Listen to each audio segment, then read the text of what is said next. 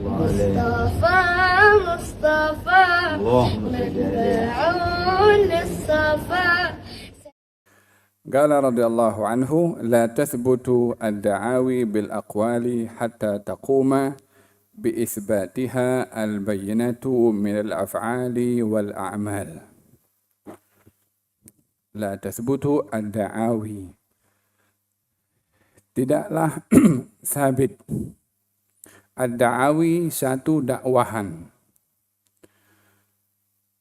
dengan kata-kata sehingga dapat didatangkan dalil atau bukti daripada perbuatan dan juga sikap. Tidak sabit satu dakwahan hanya dengan kata-kata, melainkan bila didatangkan bukti berupa perbuatan atau sikap. Untuk sekedar dakwahan dengan kata-kata, semua orang boleh mendakwa. Saya boleh mendakwa jadi dokter, sesuka hati saya nak mendakwa. Tapi buktinya apa? Di dalam hadis Nabi Muhammad SAW, al-bayyinatu 'alal mudda'i wal yaminu 'ala man akhlaf. Al-bayyinatu 'alal mudda'i. Bukti bagi orang yang mendakwa sesuatu. Dan sumpah bagi orang yang mengingkarinya. Di mahkamah tidak akan sabit apa-apa dakwahan kalau tidak ada bukti. Kalau tidak ada eviden. Tidak ada hakim akan menjatuhkan satu hukum kalau tidak ada eviden. Mesti ada bukti, baru akan jatuh hukum. Secara khusus pada kata-kata ini bukan hanya dalam hal mahkamah sahaja diperlukan bukti, tapi di dalam pengakuan seseorang. Sebagai seorang muslim, apa buktinya? Sebagai seorang mukmin, apa buktinya? Bila seseorang mendakwa dirinya saleh, apa buktinya? Kalau dia mendakwa seorang yang zuhud di dunia, apa buktinya? Dia mendakwa seorang yang tawadhu, apa buktinya? Dia mendakwa pengikut tarekat atau sufi, apa buktinya? Apa saja yang kita ingin mendakwa diri kita, tidak hanya sabit dakwahan sekedar dengan ucapan. Saya pengikut ini, saya begitu. Yang penting itu buktinya apa? Lihat kata Imam Syafi'i mengatakan, untuk menguji seseorang itu kesabarannya dan juga seorang itu mulia adalah ketika berhadapan dengan ujian daripada orang, umpama kayu gaharu, itu akan dapat dibuktikan wanginya kalau dibakar. Al yukallimuni safihu bikulli qubhin. Orang bodoh maki saya. Fa akrahu an akuna lahu mujiba. Maka saya tak jawab, tak layan dia, pasal dia orang bodoh.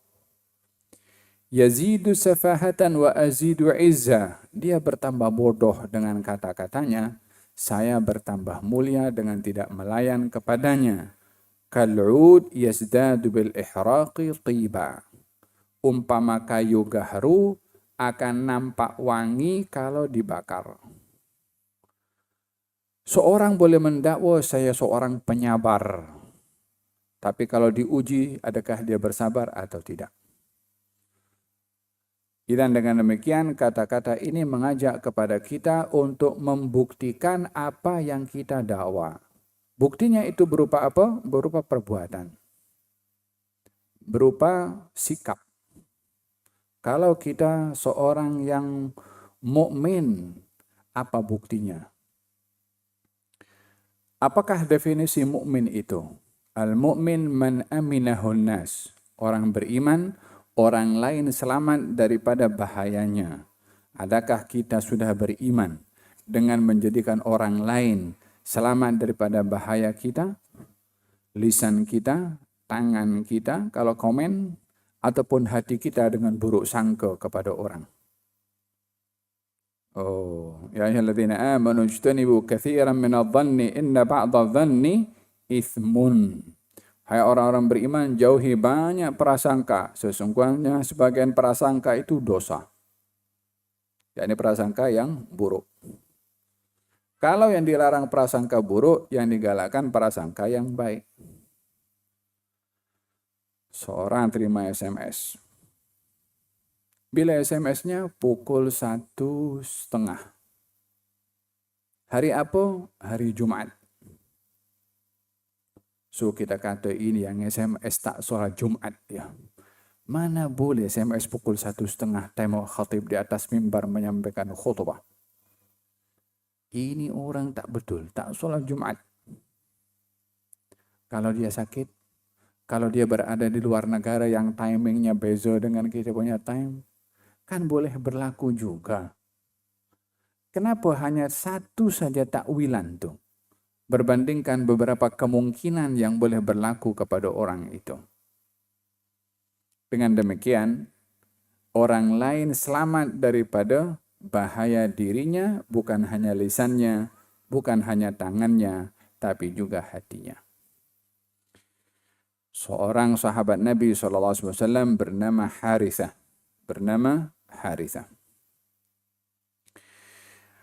Pagi-pagi datang, lalu ditanya oleh baginda Rasulullah SAW.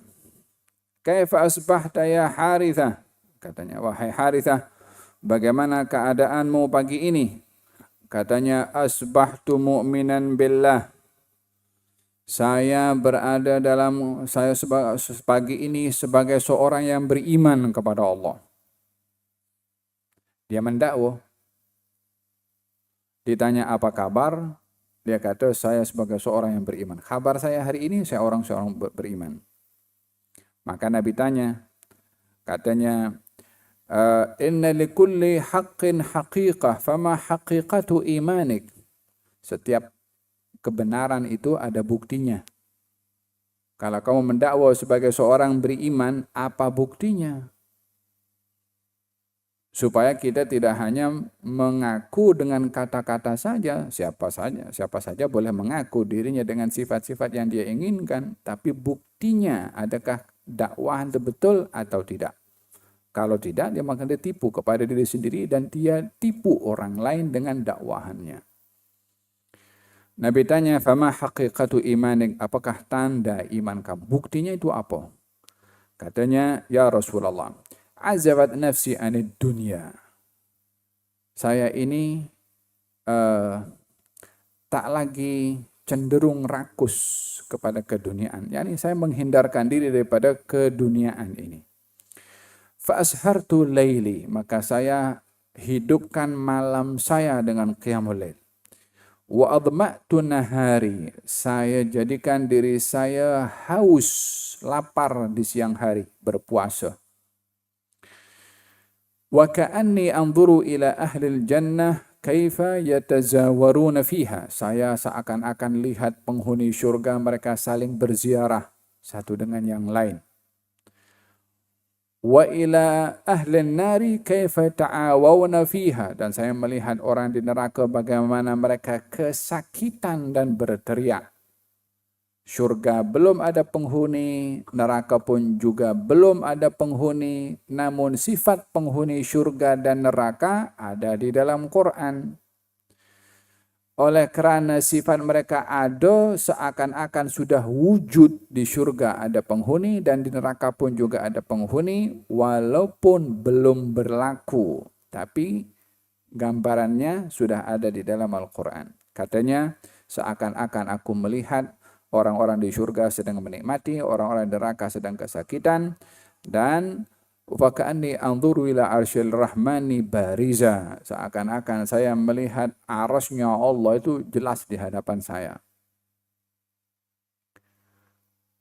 Dunia ini semua, cakrawala ini, kalau dibandingkan dengan kursinya Allah, ia umpama satu butir di tengah-tengah padang pasir.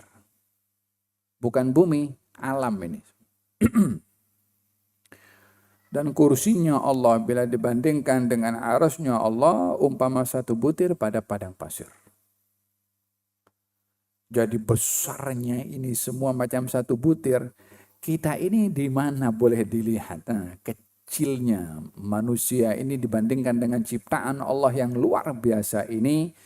Akan tetapi fa'anta birruhi la bil jasadi insanu. Kamu itu dengan ruh menjadi orang yang dihormati, insan yang sempurna. Arasnya Allah dicipta untuk manusia bertafakkur. Kursinya Allah dicipta untuk manusia bertafakkur. Alam dicipta oleh Allah untuk manusia bertafakkur. Jadi manusia yang kerdil kecil pada size-nya besar di sisi Allah nilainya karena semua alam ini diciptakan oleh Allah untuk manusia bertafakkur. Fa'anta birruhi la bil jasadi insanu. Maka Nabi mengatakan kepada Harithah, arafta abdun nawwarallahu qalbahu arafta falzam. Ini hamba adalah yang diberi cahaya hatinya oleh Allah. Maka hendaklah kamu lazimkan dalam keadaan seperti ini. Harithah mengatakan, ya Rasulullah, ud'ullaha li bisyahada. Wahai Rasulullah, doakan saya supaya dapatkan syahid di jalan Allah. Maka Nabi bersabda, Allahumma rzuq Harithah syahada fi sabilik. Ya Allah, anugerahkan kepada Harithah mati syahid. Ikut dalam peperangan, naik kuda. Dia adalah orang pertama yang syahid dalam peperangan. Sehingga dikuburkan oleh Nabi SAW. Balik daripada peperangan, ibunya Harithah datang kepada Rasulullah dan bertanya, ya Rasulullah, aina Harithah? Wahai Rasulullah, mana Harithah? Kata Nabi SAW, terimalah dugaan daripada Allah, sesungguhnya Harithah syahid di jalannya. Katanya, Rasulullah, aina Harithah? Wahai Rasulullah, mana Harithah? Katanya, Rasulullah, aku dah kata kepada engkau dia syahid di jalan Allah. Katanya, Rasulullah, Harithah ada di mana? Kata baginda Rasulullah, aku dah bagi tahu kalau Harithah syahid. Kata ibunya, ya Rasulullah, bukan itu yang aku tanya. Aku tanya kepada engkau, Harithah anakku ini berada di tempat mana? Kalau berada di tempat yang baik, maka aku bersyukur. Tapi kalau berada di tempat yang tak baik, maka engkau akan tengok bagaimana aku tunjuk kesedihan. Kata baginda Rasulullah, wahai ibu Harithah, Harithah bukan hanya dapat syurga, tapi syurga-syurga. Barulah keluar daripada itu dia seronok ibunya, walaupun anaknya gugur syahid di jalan Allah Subhanahu wa taala. Fasyahid daripada hadis ini, ketika Harithah mendakwa sesuatu, Nabi SAW apa buktinya? Di akhir zaman orang akan keliru dengan dakwahan. Di akhir zaman lebih dituntut untuk memastikan pada orang yang hanya dikenali dengan gelaran atau dengan sifat yang orang create sifat itu. Untuk menjadikan seseorang ini masyhur dengan satu sifat tertentu, cukup memainkan peranan dengan teknologi, publicity. Bayar sini suruh angkat dia, bayar sini supaya dimasyhurkan dia. Sehingga ini menjadi satu propaganda untuk mencipta persepsi pada orang tentang si fulan nih yang sudah dimaksudkan untuk memiliki sifat-sifat tertentu. Oleh hadza kata baginda Rasulullah mengatakan tentang fitnah akhir zaman mengenai sifat dan gelaran seseorang yang tidak seperti hakikat sebenar sifat itu ada kepadanya. Inna baina yaday sa'ati fitanan kaqita'il lailil muzlim. Sebelum hari kiamat terjadi, itu ada fitnah-fitnah. Fitnah itu umpama malam yang menggelapkan. Sudahlah malam, ia menggelapkan. Maknanya sukar untuk dikesan. Yusbihur rajulu mu'minan wa yumsi kafira. Pagi dia seorang muslim, petang dia kafir sifatnya. Petang dia muslim, pagi dia kafir sifatnya.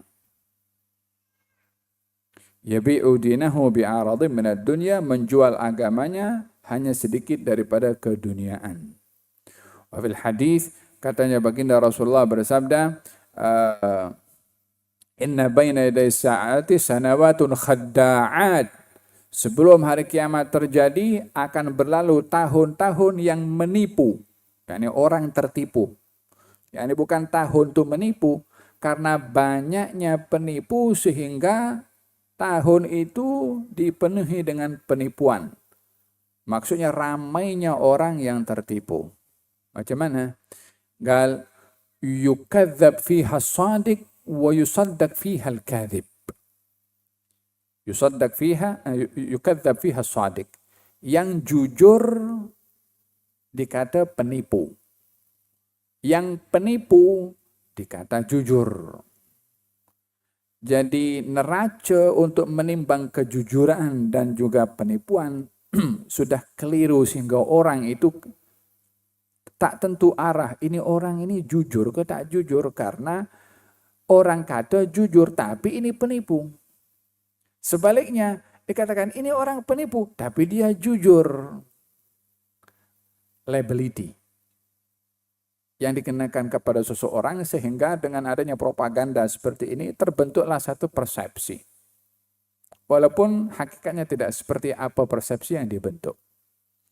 Yu'taman fihal kha'in wa yukhawwan fihal amin. Orang yang pengkhianat diberi amanah. Dan orang yang amanah dituduh pengkhianat. Jadi neracanya pun sudah terbalik. Yang betul-betul amanah tidak diberi amanah, bahkan dilihat sebagai pengkhianat.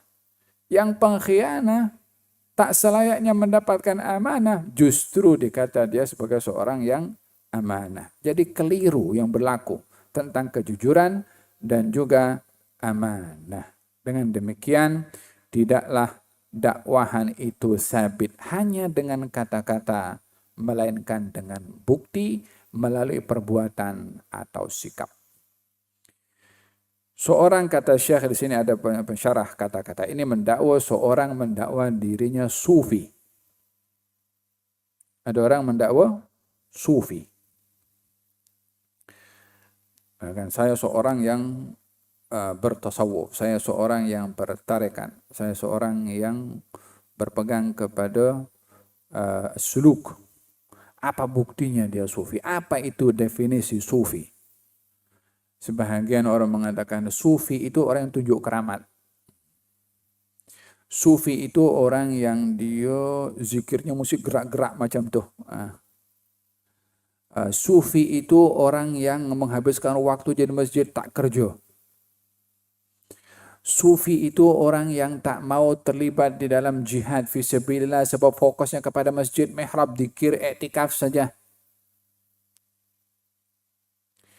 Persepsi yang salah akan menimbulkan natijah conclusion yang salah. Tidak mungkin kalau definisinya itu salah, natijahnya betul. Tidak ada. Orang mendakwa dirinya sebagai sufi, apa definisi sufi? Sehingga dapat dibuktikan kata-katanya itu sebagai seorang yang betul-betul bertasawuf. Kata Imam Malik mengatakan, man tasawwafa walam yatafaqqah faqad tazandaq, wa man tafaqqaha walam yatasawwaf faqad tafassaq, wa man tasawwafa wa tafaqqaha faqad tahaqqaq.